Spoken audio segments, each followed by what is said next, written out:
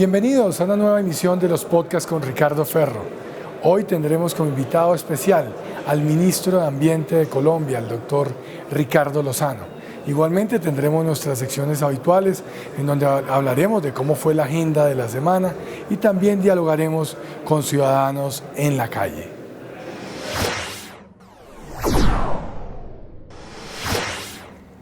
Bienvenidos a la entrevista central de nuestra emisión de hoy en los podcasts con Ricardo Ferro.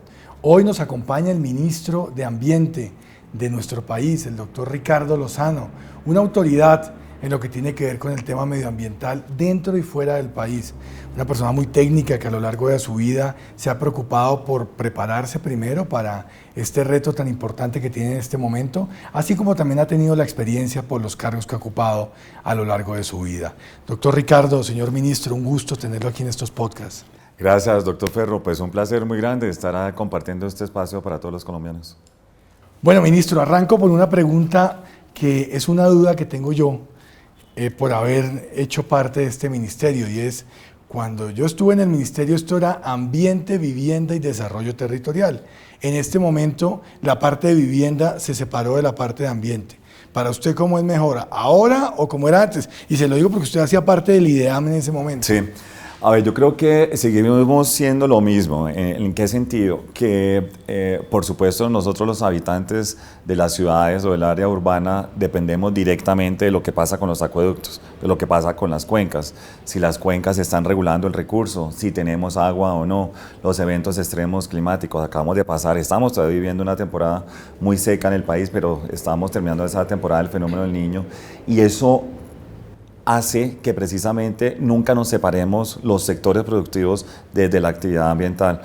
Y eso es lo que recogió el nuevo Plan Nacional de Desarrollo, precisamente, doctor Ferro, y es que por primera vez, si uno mira casi más del 70%, casi las metas ambientales del Plan de Desarrollo, está en cabeza del Ministerio de Vivienda, Ciudad y Territorio, precisamente porque necesitamos garantizar el agua potable, necesitamos mejorar los planes de ordenamiento territorial, necesitamos mejorar los planes de ordenamiento y manejo de cuencas, el tema de agricultura sostenible, que también está en cabeza del Ministro de Agricultura, todo el componente, ahora que acabamos de lanzar precisamente esa Estrategia Nacional de Movilidad Eléctrica, está en cabeza de la Ministra de Transporte, lo mismo todo el componente de energía renovable, solar y eólica para la materia energética en la Ministra de Energía. Entonces, se vuelve muy transversal. Ya no es solamente, exacto, ya no es solamente el Ministerio de Vivienda, sino ahora todos los ministerios tienen una meta muy importante de sostenibilidad.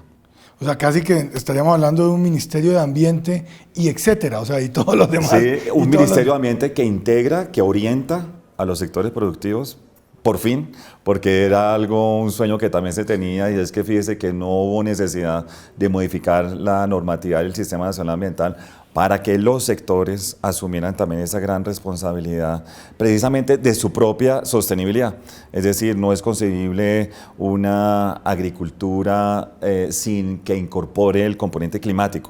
Por ejemplo, todo el tema de eventos extremos climáticos, o por exceso de agua o por grandes sequías, tenemos que entender que, por ejemplo, el sector papero tiene que tener incluida la variable climática, o el sector cafetero también estar ya adaptado a las circunstancias climáticas, lo que quiero decir reales. Por primera vez en el Plan Nacional de Desarrollo quedó también la oportunidad para que los indígenas también reciban recursos de pagos por servicios ambientales, cosa que antes no existía. Es decir, se pueden hacer acuerdos de conservación con ellos en sus propios territorios para recuperar no solamente el bosque, sino el agua también y los bienes y servicios que tiene. ¿Qué destacaría usted en ese plan de desarrollo de este cuatrienio? Yo creo que destaco esto que acabamos de decir, y es que... el tema del pago de servicios ambientales. Sí, el compromiso de los sectores productivos en el país, el compromiso de toda la actividad de competitividad en Colombia involucrada en esa transformación. El componente, por ejemplo, economía circular. Volver real esa frase de producir conservando y conservar produciendo es muy pasar real. A la práctica. Ese es un pacto por la sostenibilidad que tiene el Plan Nacional de Desarrollo, y ya se están viendo los resultados. Cuando uno trabaja de manera integral, por ejemplo, el mejoramiento de los combustibles en Colombia, que es una meta muy importante de la ministra de Energía también en el país, de Ecopetrol también, y sus agencias vinculadas y adscritas, ya empieza usted a mostrar resultados positivos de reducción de la contaminación del aire en nuestras ciudades. Entonces, fíjese nomás la buena noticia que ya le dimos a los colombianos en cómo pudimos mejorar en más de 7 puntos porcentuales en la calidad del aire de los colombianos, inclusive en Bogotá, donde no se pensaba que puede ser, ya mejoramos ostensiblemente precisamente la calidad del aire. Tenemos unos retos muy importantes en el suroccidente de la ciudad, pero lo mismo pasó con Medellín, que Medellín por sus propias circunstancias también tiene unas alertas muy tempranas, pero que también con el mejoramiento de calidad de los combustibles, con el mejoramiento inclusive del seguimiento y monitoreo en las calles sobre realmente si se está cumpliendo la norma o no en los vehículos, toda esa cantidad de funciones que están en los sectores, ya usted ve resultados positivos en el hábitat, en el ambiente. Ministro, hablando de todo el tema de deforestación y de todas las dificultades que se están enfrentando en el planeta como consecuencia del cambio climático, hemos visto en estos últimos días literalmente apagando incendios a todos los funcionarios del Estado. ¿Esa situación sí puede tener la solución, un punto de llegada, o esto cada vez va a ser peor? Sí. O sea, ¿estamos frente a un drama que no va a ser solucionable, o sí hay una solución para este problema? Sí, hay una solución y Colombia ha venido demostrándolo, por eso la importancia... O sea, le cuento una cosa, ministro, y perdón lo interrumpo. En el Tolima la situación es caótica, sí, y uno realmente ve con preocupación donde sí, las temperaturas siguen subiendo, sí, y los incendios ya se vuelven incontrolables en algunos sí, sectores. Tiene que ver también con la deforestación y la degradación de suelos que se viene manifestando también en estas regiones, y es que a nosotros se nos olvida relacionar precisamente el agua, el bosque, los suelos, la biodiversidad en un solo componente o en una sola palabra cuando nosotros nos expresamos en el uno o en el otro. Es decir, nosotros no podemos separar el cambio climático de la pérdida de los bosques, porque los bosques son los que regulan la temperatura y la humedad también en cualquier territorio. O que al no tener bosques, pues tampoco vamos a tener agua. O que al no tener bosques no tenemos productividad agrícola tampoco allí, porque los suelos pierden totalmente su productividad. Pero también recuerda una cosa, el 95% de los incendios son provocados por manos criminales que quieren también apropiarse de esas tierras. Entonces, por eso el llamado al 123 es muy importante a la Policía Nacional y a la Fiscalía General y a las autoridades también de control, porque si los podemos detener, está completamente prohibido en este instante, por ejemplo, a menos que sea para cultivos de caña o para cultivos de arroz, las quemas no controladas, porque las quemas se siguen practicando de manera irresponsable en muchas partes, y en esta época de vientos fuertes, porque los vientos soplan en este instante del sur hacia el norte, por eso la multiplicación de los incendios es mayor, es donde nosotros estamos haciendo un llamado muy fuerte a la comunidad, y a través tuyo del programa queremos seguirlo insistiendo, y es que en este instante la recomendación es inclusive no hacer fogatas, cuando ustedes van a las áreas protegidas, es precisamente no arrojar cerillas, no arrojar vidrios, latas, etcétera, no tener residuos, también ello porque lo que hace es que el ambiente está ahorita, como ya lo dije, de altas temperaturas y altos vientos, muy propicio para ello. Y terminamos incendios y pasamos ahí mismo a inundaciones, que es el otro extremo, ministro. Sí, porque Colombia está ubicada geográficamente en el trópico, y nosotros los 365 días del año son susceptibles a lluvias. Los 365. Nosotros aquí no tenemos estaciones de verano, ni de invierno, ni primavera, ni otoño. Esa es otra cosa que tenemos que hacer fuertemente, y es el gran reto de la educación ambiental. Y por eso estamos trabajando en los colegios verdes, también con la ministra de Educación, porque es muy importante que Colombia asuma esa realidad, y es que es un país tropical. Somos tropicales por naturaleza, no tenemos estaciones, pero sí tenemos periodos de menos lluvias y periodos de más lluvias. Y en los periodos de menos lluvias, como es ahora acá en el centro del país, en departamentos como el Tolima, Huila, Cundinamarca, Santander, Antioquia, Cafetero, pues ahí es donde nosotros tenemos que entregar esas alertas tempranas para que lo que acabamos de decir no se presenten incendios. Pero también tenemos en ese instante, las lluvias en ese instante están en el Caribe, están en las islas del Caribe, y luego empiezan a bajar, como bien dices, y ya en unos 15 días aproximadamente llega la temporada de lluvias otra vez a estos departamentos del centro del país, y como los suelos están secos, están sueltos también, porque muchos no tienen cobertura, entonces llegan las lluvias y lo que generan son grandes deslizamientos, grandes avalanchas, inundaciones que nos provocan los desastres que también conocemos. Entonces aquí el llamado muy importante es a definitivamente frenar la deforestación, conservar los territorios, apoyar los emprendimientos de las comunidades que se vienen dando frente a los acuerdos y también combatir la ilegalidad. La meta en el plan de desarrollo es más de 1 millón de árboles que se van a sembrar en este Hay cuatrienio. 180 millones de árboles nativos para el 2022. Ya llevamos... 180 millones. Sí, 180 millones de árboles, porque la meta son Yo pensaba 300.000 que era hectáreas. 1 millón. Sí, la meta es 300.000 hectáreas restauradas. Sí. Y en promedio, cuando usted restaura una hectárea, aproximadamente se siembran entre 600 y 650 árboles en promedio de árboles nativos. Entonces eso da una cifra casi de 180 millones de árboles nativos. Aquí nos propusimos con el presidente Duque y con el acompañamiento de todos los departamentos de hacer una gran jornada, de un gran sembratón de 5 millones de árboles nativos. Lo acabamos de hacer en Antioquia este fin de semana con 400.000 árboles que se sembraron en toda Antioquia. Más de 125 municipios participaron con el apoyo de la corporación de Corantioquia, Cornare, Corporaba, el área metropolitana, el alcalde de Medellín. Sembramos árboles en los cerros tutelares de Medellín. Ese ejemplo lo queremos seguir multiplicando, los departamentos nos lo están pidiendo. Toca replicarlo en Tolima. Sí, claro, y con Tolima y con Santander y con el resto lo vamos a hacer. Ministro, hablemos del SINA, de las corporaciones autónomas regionales. Cuéntenos, hay un proyecto que ya pasó primer debate en la Cámara, que tiene que ver precisamente con esa modificación al SINA en general, al Sistema Nacional Ambiental. Cuéntenos cómo está viendo el Ministerio el SINA y hacia dónde cree que debe llegar este sistema que, infortunadamente, ministro, debo decírselo, ha estado en el ojo del huracán últimamente. Bueno, yo lo que creo es que primero no podemos hablar de manera generalizada cuando hablamos de los temas de sostenibilidad. ¿Sí? Recordemos que nosotros tenemos un servicio público que no solamente orientamos a la actividad productiva del país por el camino de la sostenibilidad, sino también existe un servicio público de licencias ambientales, de permisos ambientales, de aprovechamiento de los recursos naturales. Cada ciudadano, nosotros cuando estamos interesados en hacer aprovechamiento de recursos, tenemos un expediente o se abre precisamente un proceso para la expedición de esos permisos. Cada uno se comporta de manera diferente. Hay muchos casos exitosos que nos han servido de modelo para replicar en otro lado, pero hay otros casos no, como bien dices.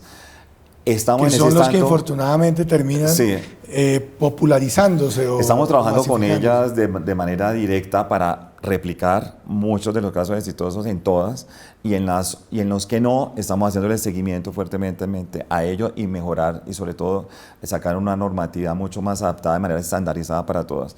El proyecto de ley lo que busca es eso también, es la articulación de lo local, lo regional, con la política nacional, cosa que tampoco estaba establecida, y es el reporte, por ejemplo, cómo se puede diseñar un plan de acción de las corporaciones basado en el Plan Nacional de Desarrollo, en nuestras metas localizadas, por ejemplo, el tema de la meta de la restauración o reforestación, que ellas también la pongan en su plan de acción, y trabajar de manera conjunta y un reporte permanente de las inversiones que se hacen por recursos propios, todo ese tema de transparencia, planificación, ordenamiento del territorio, de manera mucho más articulada con nosotros. Eso es como lo más importante, lo más fundamental, tener el componente científico dentro del consejo directivo que también está establecido y el apoyo pues de todos. Pasó en primer debate por unanimidad, esperamos que ahora en plenaria también sea así. Hablemos un poco de ese consejo directivo y de esos directores de las corporaciones, ministro.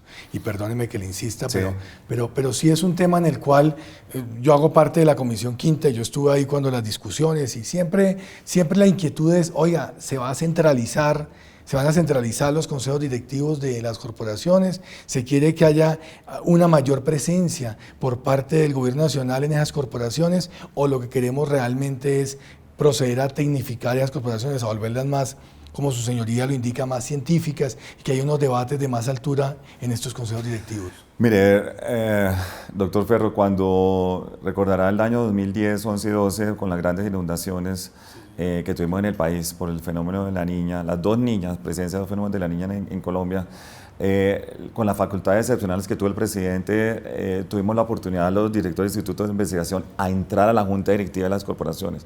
A mí me tocó asistir a la junta directiva de la CAR, de Corantioquia, de la CBC en Cali, y pudimos de manera directa y permanente hacer seguimiento de lo que se aprobara allí. Y pudimos, por lo tanto, orientar la presentación de esos proyectos, la realidad de los proyectos y la efectividad de los proyectos, o tener quejas sobre ellos, o cambiarlos, o direccionarlos, o buscar las prioridades que realmente necesitaba cuando usted está acompañado de un componente importante académico, además, y científico, como en este caso la propuesta que trae la reforma. Entonces, yo sí creo que el ejercicio de sacar adelante la confianza hacia las autoridades ambientales comienza por la cabeza, comienza también por las diferentes entidades del Sistema Nacional Ambiental. Fíjese los grandes avances que se están haciendo en la ANLA también, en el mejoramiento del servicio que estamos prestando a los diferentes sectores productivos, en la transparencia, las ventanillas únicas. Este es un ministerio nuevo, hoy día es un ministerio abierto, es un ministerio donde cualquier persona puede venir hoy día a solicitar la información, donde lo estamos atendiendo. Lo mismo pasa con el IDEAM, lo mismo pasa con los diferentes institutos de investigación, y con las corporaciones debe pasar lo mismo. Cada director hoy día tiene que asumir esa responsabilidad, porque además la sociedad lo está exigiendo y nos están vigilando. En esa complementación, por llamarlo de alguna manera, que hay entre las corporaciones y el ministerio, uno ve que el ministerio en el último año ha cogido un poco más de protagonismo en lo que tiene que ver con la interlocución con la ciudadanía.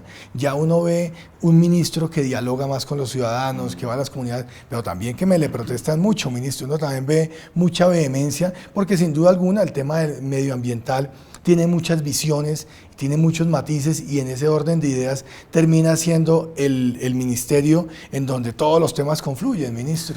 Es un fenómeno global, es decir, recordará, doctor Ferro, cuando estábamos en el ministerio también antes, y es que siempre nuestro gran sueño era que la sociedad despertara frente a los temas ambientales, frente a los temas de sostenibilidad, porque nos sentíamos que estábamos solos en este ejercicio, en esta lucha. Hace 10 años nosotros queríamos que de verdad se le pusiera atención a muchos temas relacionados con biodiversidad, con la deforestación.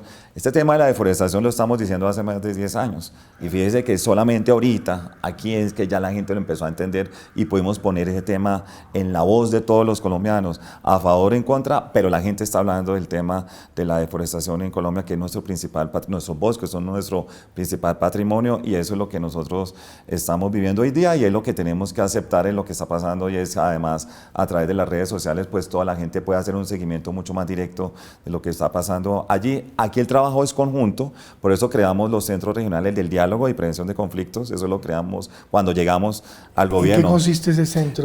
Por resolución creamos centros regionales para escucharnos ahora, como ahora este programa, para podernos entender, escuchar la diversidad de posiciones entre todos, entre los que dicen una cosa y otra. Entonces, por ejemplo, en una cuenca una persona dice, es que aquí pasaban 20 metros cúbicos por segundo, y el otro dice, no, pasan 2. Entonces, ahí donde generan los conflictos, y el medio de comunicación publica que son 5.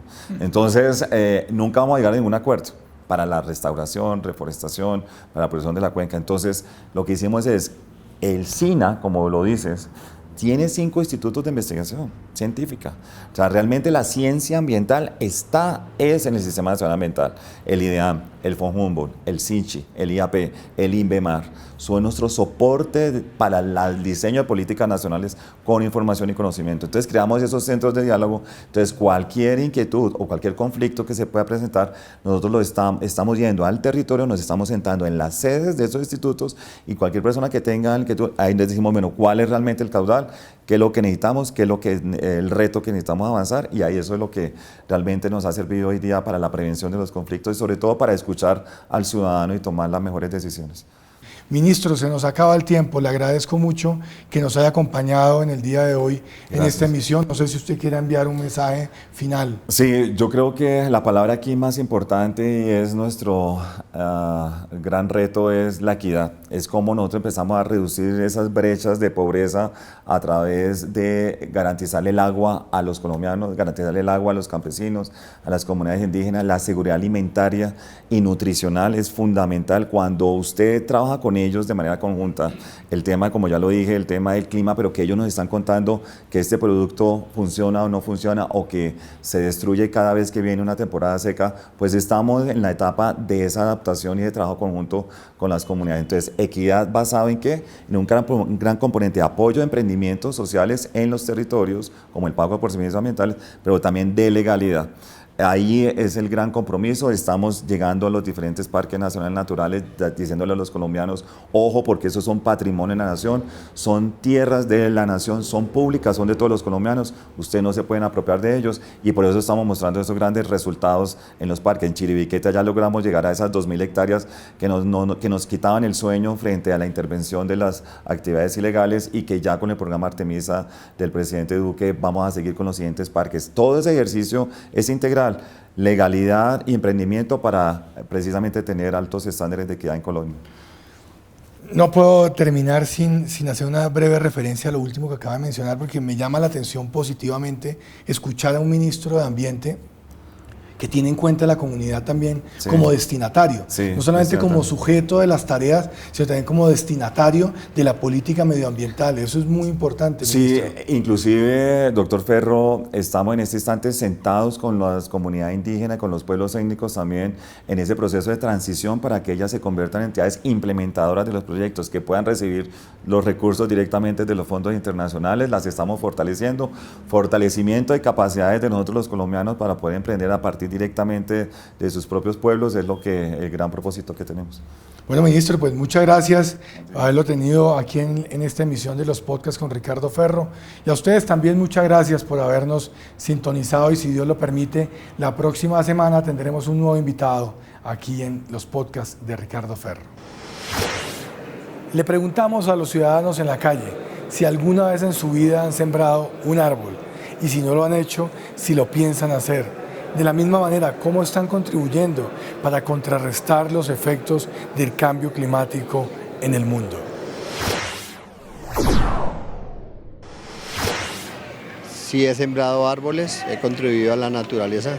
Trabajo con madera, pero contribuyo a que la naturaleza siga su proceso, entonces sí he sembrado árboles. Hicimos varias jornadas y pues creo que es algo muy bueno, ya que nos ayudamos tanto nosotros como a los demás y cuidarlos poniendo cada uno un granito de arena. Yo he sembrado no uno, sino varios árboles. No solo existen árboles de ornato, sino también frutales, y esos son los que yo sembré. Lo hice porque pienso que la integración entre la naturaleza y el ser humano es indispensable para una vida más agradable, y además porque es parte de nuestro deber como personas el cuidar de la naturaleza. Y yo, para ayudar con el cambio climático, pues sembraría más árboles y pues ayudaría a que no dejen basura tirada, porque eso contamina el ambiente. Seguir sembrando árboles y cuidarlos, me gusta cuidarlos mucho. Yo he sembrado un árbol porque es importante para la recuperación de ecosistemas nativos y para el aumento de la biodiversidad.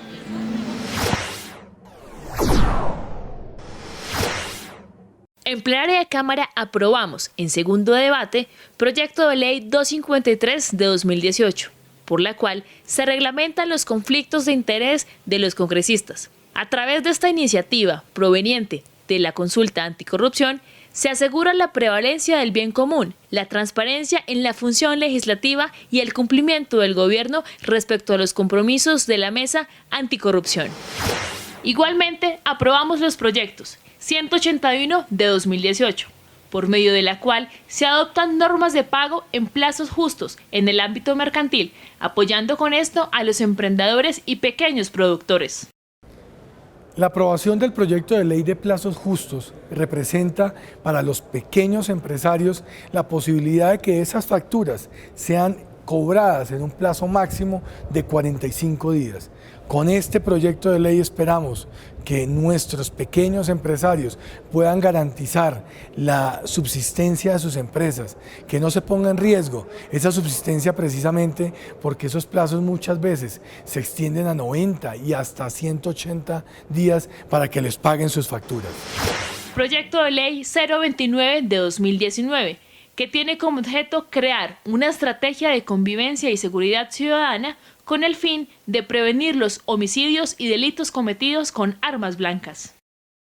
Con las armas cortopunzantes, con las armas blancas, se está poniendo en riesgo la vida de miles de colombianos. Por eso hemos dado un paso muy importante al aprobar en segundo debate el proyecto de ley que tiene por objeto la prohibición precisamente de estas armas blancas. Estoy absolutamente seguro que vamos a salvar muchas vidas humanas apenas este proyecto de ley se convierta en ley de la República. En Comisión Quinta citamos debate de control político al ministro de Agricultura, con el fin de analizar la situación de los paneleros y junto con el gobierno plantear posibles soluciones a este importante sector.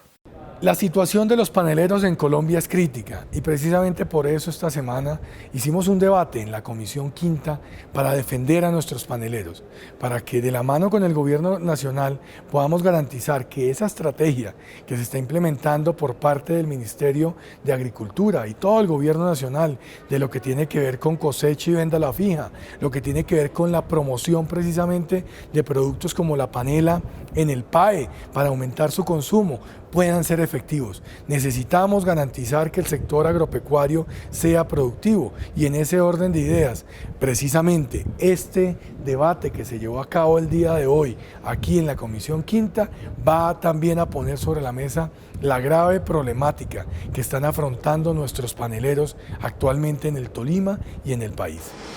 De igual manera, se adelantó debate junto con la gerente del ICA y expertos del sector del banano, cuyo objetivo era analizar el grave riesgo generado por el hongo Fusarium raza 4 a miles de plantaciones de banano y las medidas por parte del gobierno para contrarrestar su propagación. Dejamos constancia ante el Pleno de la Cámara sobre la difícil situación que afrontan varios municipios del departamento del Tolima por cuenta de los incendios forestales. Hicimos un llamado a las entidades del orden nacional para que brinden un mayor apoyo a las municipales y departamentales, ya que, pese a los esfuerzos realizados, es claro que se ha desbordado la capacidad de respuesta y urge atenuar el daño a los ecosistemas de fauna y flora. Tenemos municipios como Honda, Carmen de Apicalá, San Luis, Melgar, Ortega, Natagaima, Purificación, El Espinal, El Guamo, Collaima, Rovira, Valle de San Juan, El Líbano, Prado y Planadas, que presentan una situación bastante compleja. En ese orden de ideas, mi llamado va en dos sentidos. Por un lado, llega un momento en el cual se está desbordando la capacidad de respuesta por parte de las entidades oficiales y es necesario que comencemos a tener un mayor apoyo por parte desde el orden nacional a lo que tiene que ver con la situación que hay actualmente en el departamento del Tolima. En el mismo sentido, hacer un llamado a las comunidades, a la ciudadanía, y si no es la propia ciudadanía, los mismos ciudadanos, los primeros que se apersonan de la solución de este problema, pues se va a volver se va a agrandar esta dificultad que se viene presentando. Bueno, hasta aquí esta emisión de los podcasts con Ricardo Ferro. Si Dios lo permite, la próxima semana aquí estaremos con una nueva emisión, con un nuevo invitado y contándole lo que estamos haciendo desde el Congreso de la República. No olviden seguirnos en las redes sociales, en Facebook, en Instagram, en Twitter. Es muy importante para nosotros estar en contacto permanente con todos ustedes. Que tengan una feliz semana.